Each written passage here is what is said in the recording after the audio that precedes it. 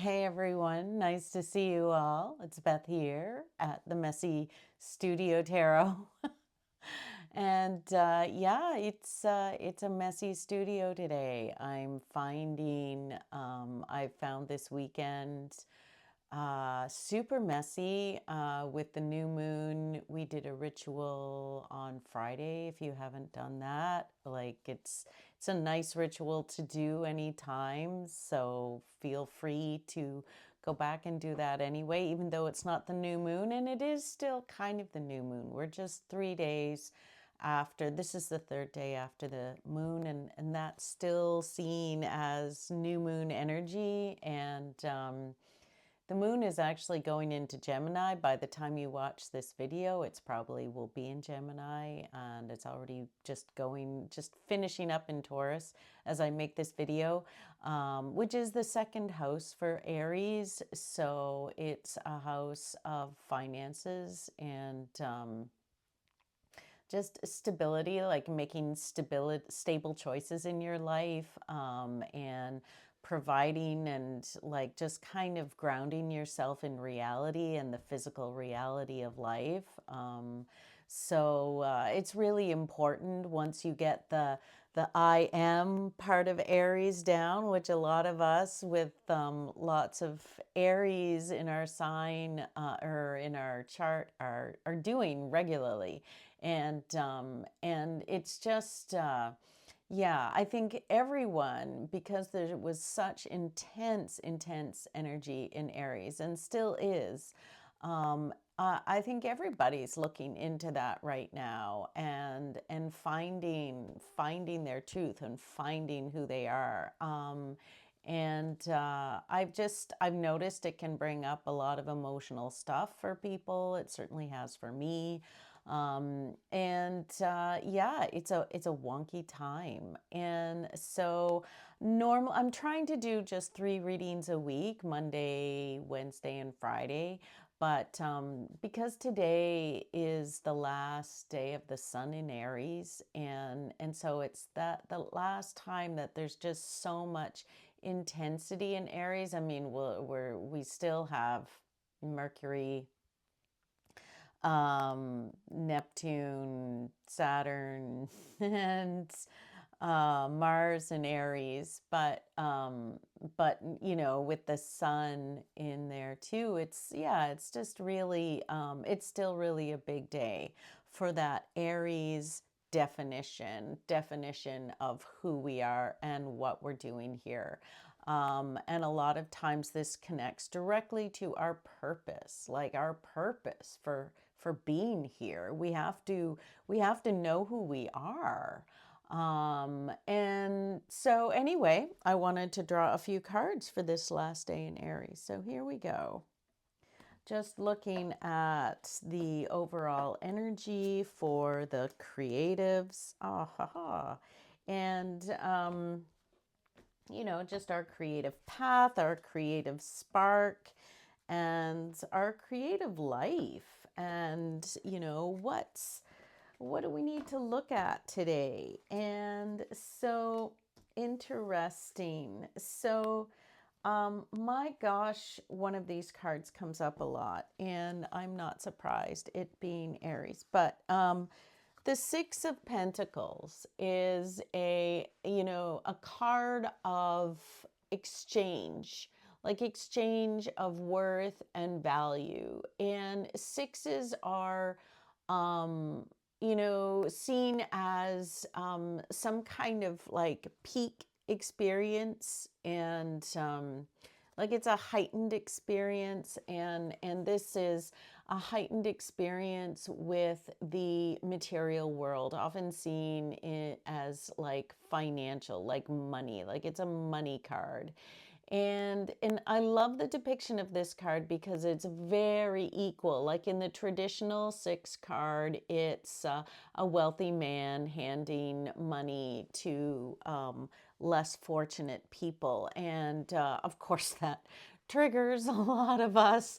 And so this one was made for Chris Ann made this one with this mirrored image of women celebrating the material world. And so there's this equal exchange. And so it's a bit of a, it's a different interpretation, but it's I think the old card was interpreted as like wealth, gaining wealth, like financial abundance, but it certainly wasn't really showing it to our eyes now. It looked it looks a little suspect, and so this one is much more with the message of some kind of exchange. And of course, our art is an exchange. It's an exchange of value. And often we undervalue our art, and we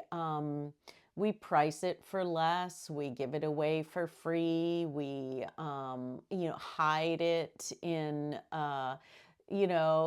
and not present it to the world. Like we kind of there's this shame and embarrassment of even showing our work, showing up as an artist, and so many artists have to deal with this on a daily basis of just acknowledging the value of their work and their time, and putting a price on it that reflects that value. And it can take a huge amount of inner work and just habit changing and pattern changing just to address this issue. So if this is an issue of yours, whether it's just being seen visually or valuing yourself or showing up as you value yourself, showing up as a person who charges for their work, it's all a really big topic. And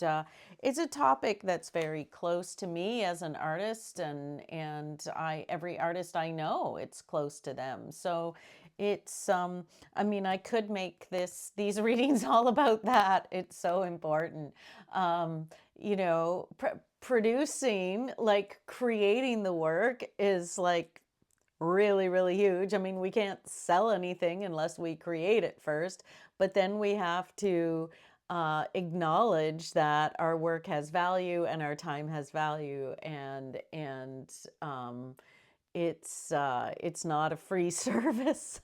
So that's a good thing to contemplate today, as for the last day in Aries, the last day of Sun in Aries, and as it moves into Taurus, and as the moon moves into Gemini, and as Uranus moves into Gemini, there's all kinds of financial things going on because Taurus is such a financial sign.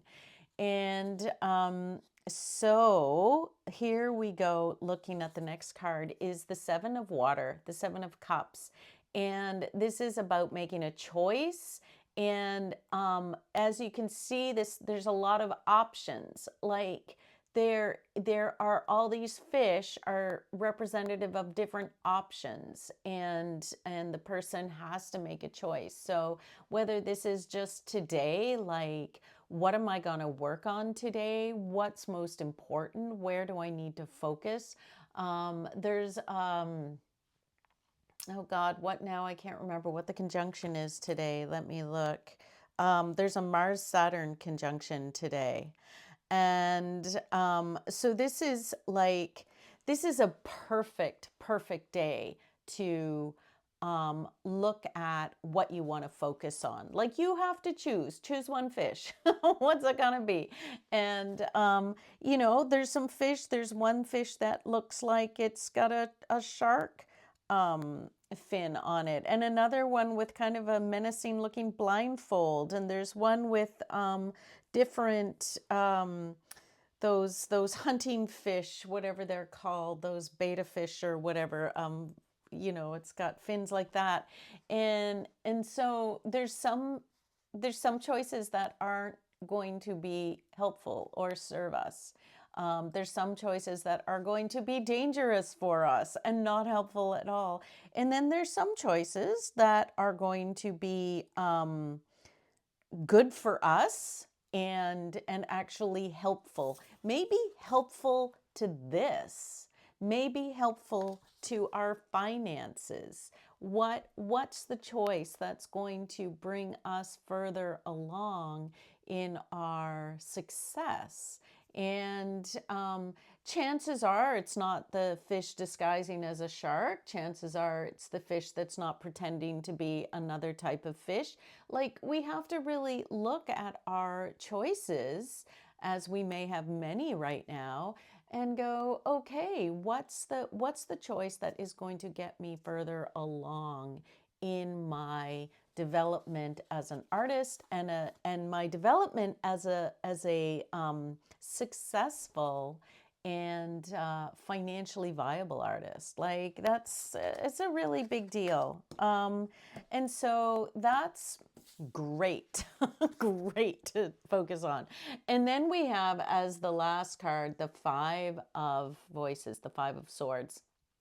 And the Five of Swords has come up a lot in these readings. Like, this is the third or fourth time this month. So something's going on with our communication and the way we're relating with others, and the way we're speaking or not speaking, or feeling invalidated. And yeah, like, I think there's, like, really looking at our the ways we communicate and the ways we relate to each other is going to be very, very helpful.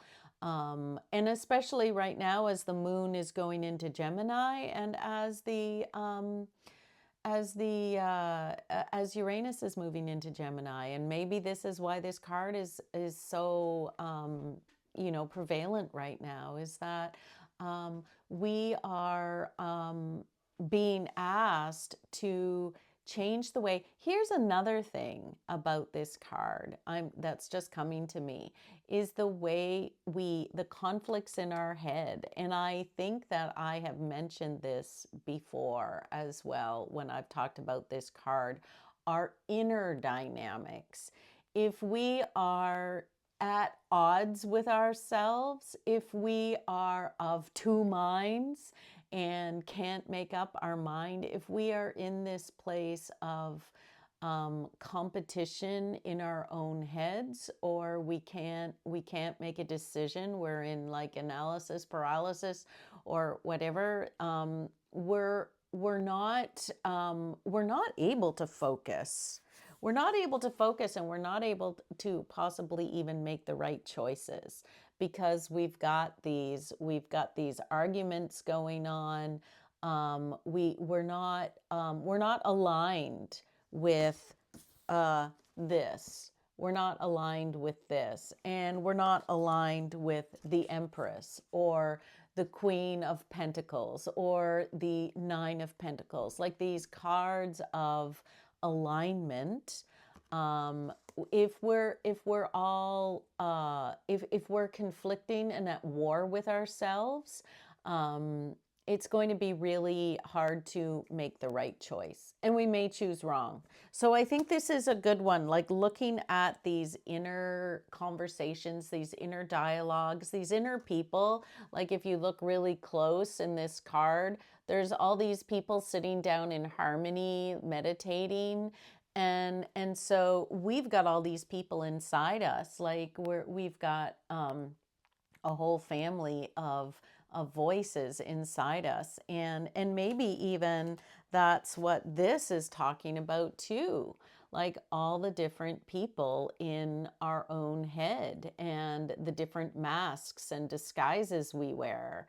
And like, choosing, like, being conscious about it and saying, oh, okay, yes, that's an inner conflict that's coming up. I mean, it's hard, because a lot of times the outer world is just showing us what our inner states are.